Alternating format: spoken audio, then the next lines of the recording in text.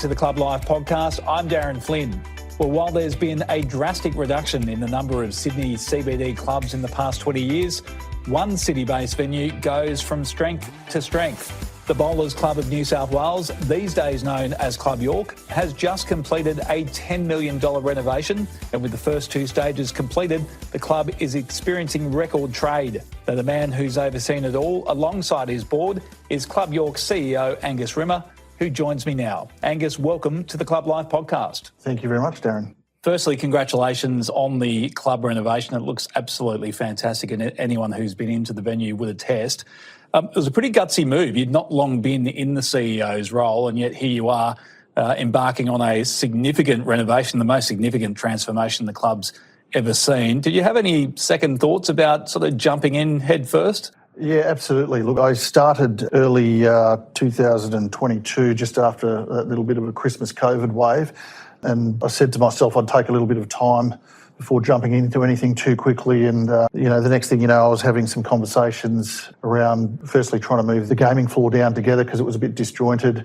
And, one thing led to another. And before you knew it, we were sort of deep into plans to try to improve the flow and obviously the state of the premises because it was getting a little bit tired.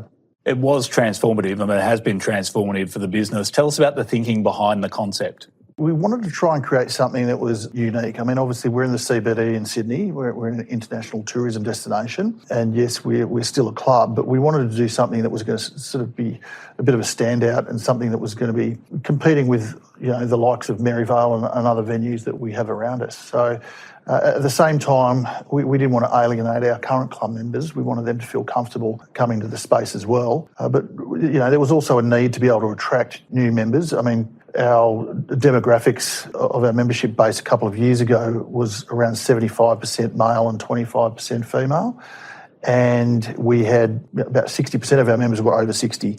So we had to do something to try to attract a younger demographic and a more diverse demographic in terms of gender as well. And that was going to be my next question, is what impact has it had on clientele? Because anyone who goes in there, particularly on a weekend evening, will notice that there are a lot more females in the venue than there were, say, 2 years ago or even 1 year ago before the renovation was complete. What sort of impact has the renovation had on clientele and visitation from younger females? Yeah, look, it's been significantly different to what it was prior to the renovations, which is really pleasing. We're definitely seeing a more diverse group of customers, and that just enables us to continue to grow that. It's hard when you walk into a club and it's full of kind of one type of person, but, as I said, on average it was your 60-year-old bloke sitting there in the bar, and you'd walk through into the premises. It was very hard to attract female patrons into that environment, to be honest. And certainly it's turned that on its head completely. And what our caterer has done, Goran, with the food has, really helped assist that as well. We're going to talk more about Goran and the food offering because he's also now looking after the level 1 offering as well as Premier downstairs. He's got Mezzi up on level 1 as well. So we'll talk about Goran in a little bit. As a CEO of a CBD-based club, we talked about this, so we touched on it in the opener. Sadly, compared to, say, 20 years ago, there are very few clubs of any size left in the CBD. Of course, we've got City of Sydney RSL and Club York going gangbusters at the moment. Beyond that, we have some smaller clubs around the place. Of course, there's City Tats still hoping to reopen in the years to come. But it's a very different club landscape, and as CBD definitely dominated by hotels. What do you think the future holds for registered clubs in the Sydney CBD? Yeah, well, I mean, there's been quite a bit of, I suppose, consolidation and change over the years in the CBD. Years ago you had the New South Wales Leagues Club, you had the Rugby Club down at Circular Quay, unfortunately, we've just seen another one close recently down at the Combined Services on Barracks. So it's been a bit of a struggle. I think, fortunately, Club York's in a good position, a strong position, and we intend to keep it that way. But yeah, it's really challenging, and it's a bit of a shame to see the diminishment of clubs in the CBD.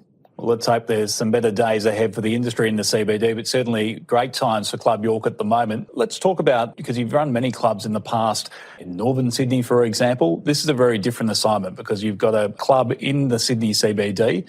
Most of your other clubs, I'm sure the membership was pretty heavily cemented in the local area, in the surrounding streets, in the same postcode as the club. That wouldn't be the case with Club York.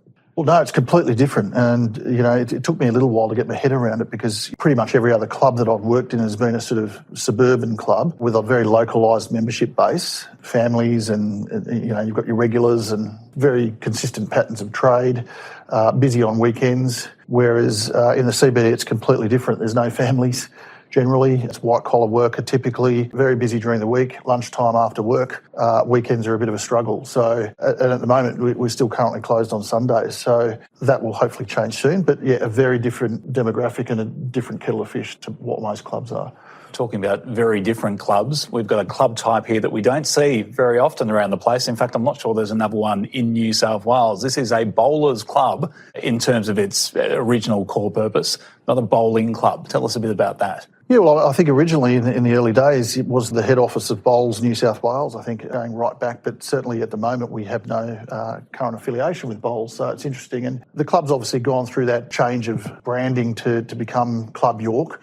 But typically, everybody still keeps referring to it as the Bowlers Club, and that seems to have stuck for many, many years. Normally when you tell people about Club York and they ask where it is, they sort of comment, is that the old Bowlers Club? It's been hard to try and transition away from that. You're not getting many visitors coming in and asking where the bowling green is? No, I don't think there'll ever be a bowling green there at Club York somehow, but yeah, it's interesting. Let's talk about the community program at Club York, because you do make a very strong contribution to community. A bit more challenging because of that lack of a resident population and a lack of a sort of community infrastructure in the CBD, but clearly a lot of people living in close proximity to the club.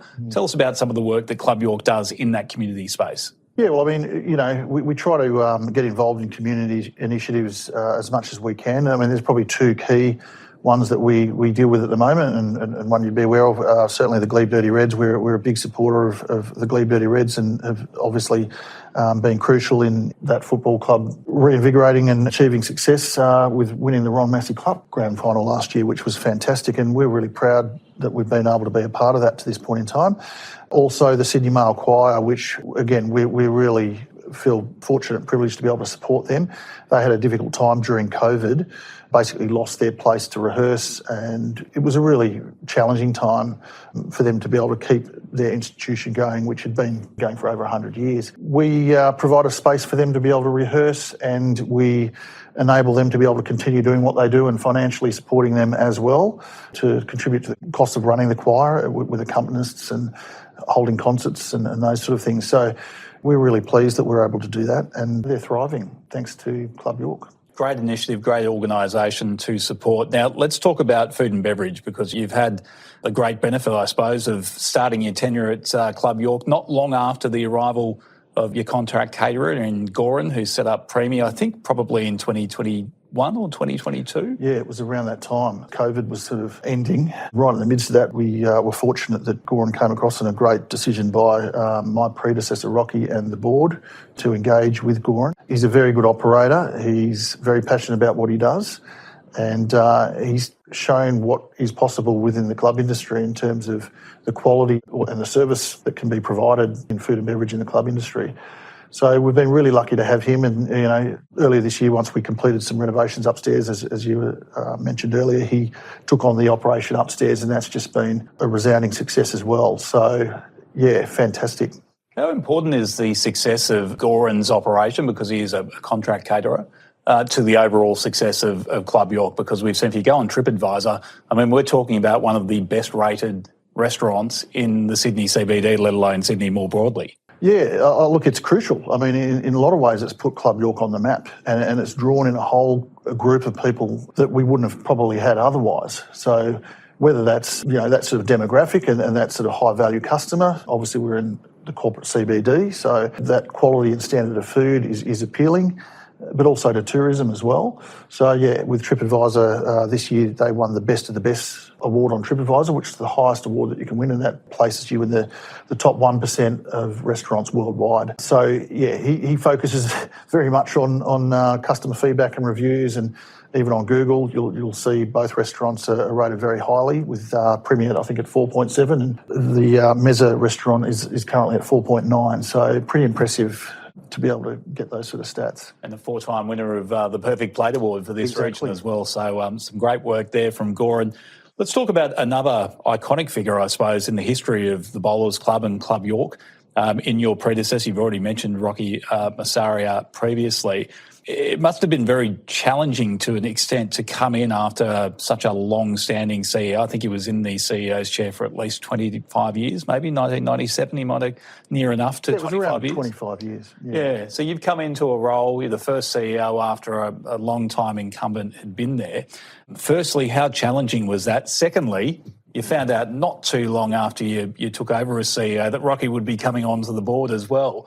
Now, for some CEOs, that might be a little bit daunting. Clearly, the experience has been a happy one overall. So let's talk about both of those things. What was it like replacing Rocky? Certainly, in some respects, a little nerve-wracking coming in, and replacing someone that's been there for obviously such a long time. And I think I was very fortunate that the club was handed over to me as CEO in such a great predicament with healthy cash reserves and, a club that was trading profitably despite obviously some challenges through those last couple of years with COVID. I think Rocky did a fantastic job over the years and the board have obviously done an amazing job as well to get the club into the position that it was, especially when you talk about some of the other CBD clubs that haven't done so well. In terms of the transition, I think that it was quite helpful having all that knowledge around the club and the history around the club, and it is a club with a lot of history.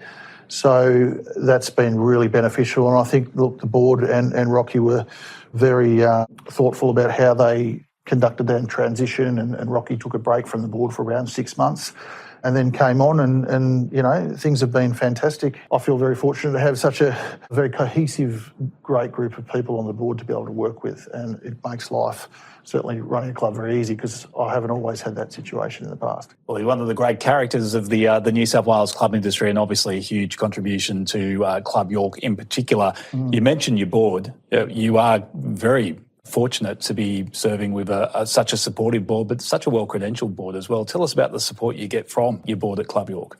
Oh, look, I think they're the model board in some ways, and I'm not just saying that, but led by David. David's the president. He's been there for, I think, 27 years now, so he's been around for a long time. He's an auditor of clubs, knows the industry very well.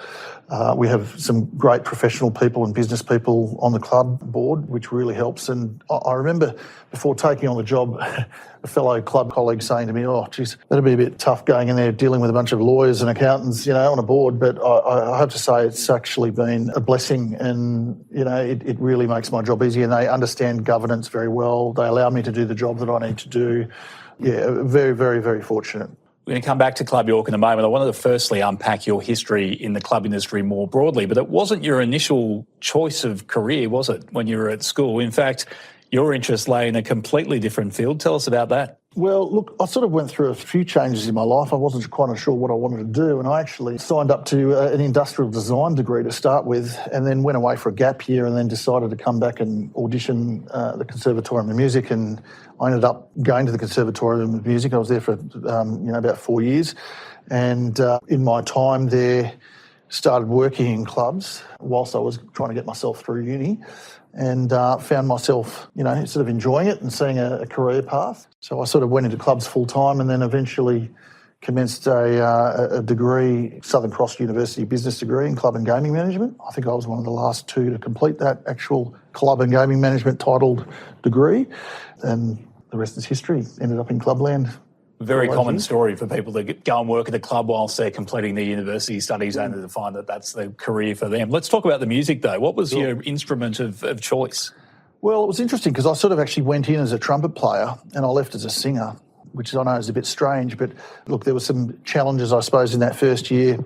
And my trumpet teacher was wanting to change a few things quite dramatically, which were making things very difficult for me. So it was an interesting sort of first year. I was playing in a Mexican mariachi band at one point. So that involved walking around Liverpool Street in Sydney playing at Mexican restaurants after copious amounts of Coronas and tequila and other things that they like to pay us in that form with a little bit of cash along the way. So they were fun times during that time. But look, it it evolved into something that probably I wasn't expecting when I started. I was doing a teaching degree as well, which, look, I think I was sort of enjoying it, but I couldn't see myself doing it the rest of my life. So, look, it brought me some great experiences. I had some great connections, and I don't sort of regret doing it. I learned a lot through it, and yeah. Well, now that you've told us you're a singer, we're going to expect to see you with the Sydney Male Choir at some point, teaching them a few tricks. Now, it did take you, your love of music, took you on a gap year over to the United Kingdom, to a school, St George's School in Windsor. Tell us about that experience. Yeah, look, that was another crazy part of my life, I suppose. I went over there to this school, which was right in the midst of the royal family. I was just a gap student there, so I was helping with homework duties, filling in for classes, coaching sport. And sometimes we'd be out coaching the kids cricket or rugby on the little triangle, which was in the castle grounds, and the Queen would drive down and in her Land Rover, get out with the corgis and walk around and give us a little wave. So it was kind of a little bit surreal after seeing these figures on the front of women's weekly magazines and things for years, suddenly to be surrounded by that stuff. I had some fortunate experience of gaining some great friends over there, and one of those friends I actually played the trumpet for his wedding in St George's Chapel, which was a pretty special experience. And I had another experience playing in there as well with one of the choirs. But one of the probably most humiliating but amusing experiences was when I was invited up to sit in the choir stalls right near the royal family for the Easter Matins service by the headmaster of the school. He'd invited me up there, and we were going through the program, and we got to the national anthem, God Save the Queen, and there were no words printed for the song, so I didn't know the words, so I found myself sitting about 3 metres away from the Queen with a bit of a sweat and going a bit red, trying to mouth the words to God Save the Queen. It felt like the longest couple of minutes of my life, Do you think she knew? Well, it was very hard because it wasn't just the Queen. There was the Queen Mother. There was a handful of royals. I think Prince Edward was there at that particular time, and they were just literally about 3 metres away in their little box. Great experience. Looking right at me. So it was a pretty funny experience. But yeah, it was an amazing time. I had a great time in England. It was my first experience, I suppose, in hospitality. Was working in a pub over there, the Donkey House on the Thames River there in Windsor. First time I'd sort of pulled a beer. So that was a lot of fun. There was an Aussie landlord of that pub, and he'd asked me to kind of come and help him out in the holidays, and I had a ball doing that. So, yeah, good fun. And so on your return, your first job was at Chatswood RSL? Yes. So I came back. I was studying music. I had a short stint for a while. I delivered pizzas actually for a while. That wasn't very lucrative. And then I did a valet car parking job for a little while, and then I ended up at Chatswood RSL. And then off to Balmain Leagues and Redfern RSL. Yep. And then finally, your first job as a secretary manager, the Manly Fishers Club. Anyone from the Northern Beaches would remember Manly Fishers. Yes. What was that experience like? Look, it was very interesting. I'd sort of walked in there. It certainly wasn't the job that I thought it was going to be. It was tough. I found out very quickly that they were in more trouble than I realised. I was probably a little naive as a young manager back then. And, I suddenly found myself a few months into the job. The club had an administrator appointed, and that was Robert Brennan, who I'd worked with there in the months following. And I found myself at the age of 27 appointed as the general manager of this club. And I was probably young and quite inexperienced and had to find my way. So that's where it all sort of began in that next level of my journey. But it was a great club with a great history of live bands and live entertainment. Certainly during my time there, I think we had the Hoodoo Gurus and, other fantastic groups playing there. It was a real shame that Manly lost that. And that experience, though, however challenging it might have been at the time, probably proved to be a really good training ground for your next two roles, because both clubs, whilst they're going well at the moment, experienced challenges in the lead up to your time there at Avalon RSL and then the Hills Club. Tell us about those jobs. Yeah, look, two clubs very similar in nature. I'd sort of walked into Avalon, and Avalon was basically, dare I say it, borderline insolvent, and there was really no cash left to work with, and they'd been losing a lot of money. So fortunately, what I'd learnt in my previous role came into play there very quickly, and I was able to sort of turn that club around fairly swiftly, which was good. It took a little while to start, but it was a challenging area, a very unique environment up in Avalon where you're surrounded by water and a very small population. Certainly, it wasn't like Chatswood where you've got high rises of buildings, and it was challenging. So, we focused on turning the food and beverage side of the business around. We had some great success doing that, and it's great to see that clubs, still doing really well today, and they're, from what I'm seeing, doing a lot of live bands and live music, which I think is fantastic. And then off to the Hills Club after 7 years of working at Avalon, and which was a great place, especially as I've had my 2 children. It was great to sort of be there while my kids were young. Moving on to the Hills Club, after 7 years at Avalon, I needed a bit of a fresh change. And again, I think they had some good plans that were good in theory.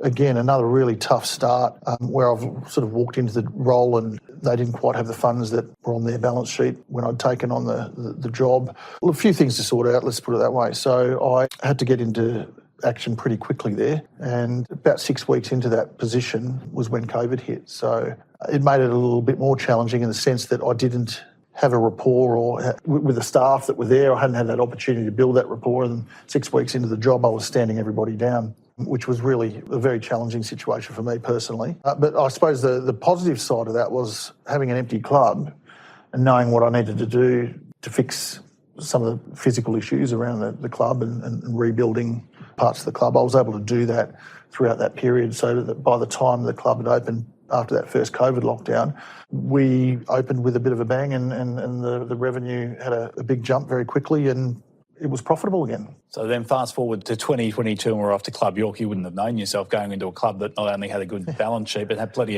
of money in the bank as well. Yeah. Why the move into the CBD? Why Club York specifically? Well, look, it wasn't sort of really planned, and I suppose that sometimes it's not. At the time, I probably wasn't like actively looking. However, the role came up at Club York. I knew the club, and I did know the president of Club York through a relationship there as he was auditing Avalon. So it made sense for me to throw my hat in the ring for that position. Pleasingly, I came out the other side of that and achieved that role. And yes, it was nice to walk into a club that I wasn't having to sort of dig out of a big hole. It was nice to walk into a place that was well established. There was a bit of a clean slate, I suppose, in terms of the fact that it hadn't been recently renovated and needed it. So it was an exciting opportunity to be able to sort of come into a club where it was healthy and we were able to do things, and I was able to make my mark on the club. You mentioned that one of the challenges at the Hill Sports Club was, not having time to get to know the staff before the shutdown. One thing that's abundantly clear at Club York is it's a really strong team culture there. Tell us about the team behind the scenes at Club York. Yeah, look, it's been something that we've worked actually really very hard on, and I think that some of that inspiration came from the Premier Italian restaurant when I'd walked in there and seen how high the standard of quality of service was. I felt that I couldn't kind of understand why we weren't quite there. Whilst we had some good friendly staff, of course, I just felt that our service levels could be improved and more refined, and we've just put a lot of work into that culture in the club, because I just think it's crucial, and it's one of the most important things that we do in hospitality is actually providing hospitality. And I don't think that all clubs and hospitality groups, whether it's restaurants or bars or pubs, I don't think they all do it that well, quite frankly. I think there's a lot of improvement in a lot of places. So, my goal was to basically get that standard right up high so that we drive that repeat business, which is what we're doing. So what's next for Club York? We know that you're going to renovate or upgrade the event space known as the Red Room. That's next cab off the rank. That's coming up in 2026? Yep, there's plans. We're just sort of talking to builders at the moment. We've got plans done for that space. So we want to finish off level 1 and get the Red Room, which isn't quite red, completed. We might have a new name for it after that. That's the next sort of phase for us. And then we'll start looking at our level 2 function rooms, which aren't too bad, but they're sort of getting a little bit tired and probably need some renewal. And then who knows after that? Maybe there's something outside the footprint of Club York that we might take on at some point. I was going to ask you, in the next 10 to 20 years, what will Club York look like? Will it just be a single venue in the CBD, or do you think you might expand your reach outside of the existing footprint? I think it'd be nice, and I'd hope that we could expand and grow. Look, it's a fairly limited sort of footprint that we have in the CBD, and we've got the place running fairly well. It'd be nice to be able to take on another project and another club, and I think it's obviously sad when we see clubs fail and need to amalgamate, but hopefully maybe that's going to be something that we do down the track, is if there's a club that is struggling, that we might be able to come in and revitalise. You see that event another business, club and keep it going. very successful event business at Club York for a long period of time. There's not many venues in the CBD that have the same kind of facilities as Club York. It must be nice to have that revenue stream, given there's a reliance on gaming across the industry from bigger clubs. We know that, but increasingly we're diversifying revenue streams, and for Club York, events is a really important part of that mix. I think it is important, an important part of our mix. It's been really challenging, I guess, post-COVID though. We lost a lot of business through that period. A lot of places stopped doing, particularly the work conferences and those types of events. So we're determined to kind of rebuild that back up to where it was before, and it certainly has improved over the last 12 months, but there's been a need for us to improve those facilities. So we're really looking forward to maximising that opportunity and seeing how that goes once we come through the other side of the renovations. You just referenced that downturn in CBD visitation. Most people, if they are working for a business that's located in the CBD, are probably coming in 3 times a week as opposed to 5 times a week 5 or 6 years ago. It's had an impact on the event business, and yet we're seeing the club trading historically high levels. Why do you think you've been able to overcome that in terms of your general trade? Look, I think we've just created a much nicer venue to come to, and I think it's a combination of things. I think the facility itself is greatly improved since we've finished the renovations. I think we've got our food right, which is really important. And our service, I think our service is as good as you'll get anywhere right through the whole club now. And I think that's what people want. People just want to come and have a nice time. They want to be treated respectfully. They want good hospitality, and they want to be looked after and made to feel welcome. And I think that's something that we've done, and I think that's paid off. Every CEO has someone or some people that they go to for some sage advice from time to time, or just someone that they use as a sounding board when they've got an idea that they want to sense check. Do you have any mentors, or if not mentors, any people that you rely on for advice, or people who've taught you things throughout your now, 20-odd year history in the industry? Yeah, look, I mean, I think in general there's quite a few people in the industry now that are CEOs of other clubs that we regularly connect with, and I think it's really nice to be able to have those relationships with other club CEOs. But I think, look, going back in the past, I've been fortunate where I've had some good people that I've worked for or worked with, and certainly going back to one of my first roles in the industry, when I was at Redfern RSL with Peter Butcher, I think he was a good boss and allowed me to grow and gave me plenty of opportunities, which I really look back and thank him for that, because that was a real change and a shift for me. He was very supportive and in terms of my education and industry involvement as well. And then certainly my time at Manly shows when I worked with the administrator there, Robert Brennan from RT Hospitality Solutions. I mean, he was a hard taskmaster, but very good at what he did and his team. And I really felt that that's where I really grew and really learnt a lot. He's obviously still around in the industry doing things, but there's lots of mentors out there. I think most of them are other managers that we have in the industry that we catch up with on a regular basis, and I think that's why networking is very important, I think, in our industry. One of the things I love about working on this podcast is finding out new things about people I've known for some time. I didn't know, for example, that you spent much of your childhood growing up in places like Weewar and Tamworth. How did the family, who were based here in Sydney on the north side, I think up in the St Ives area, how did you find your way out to Weewar?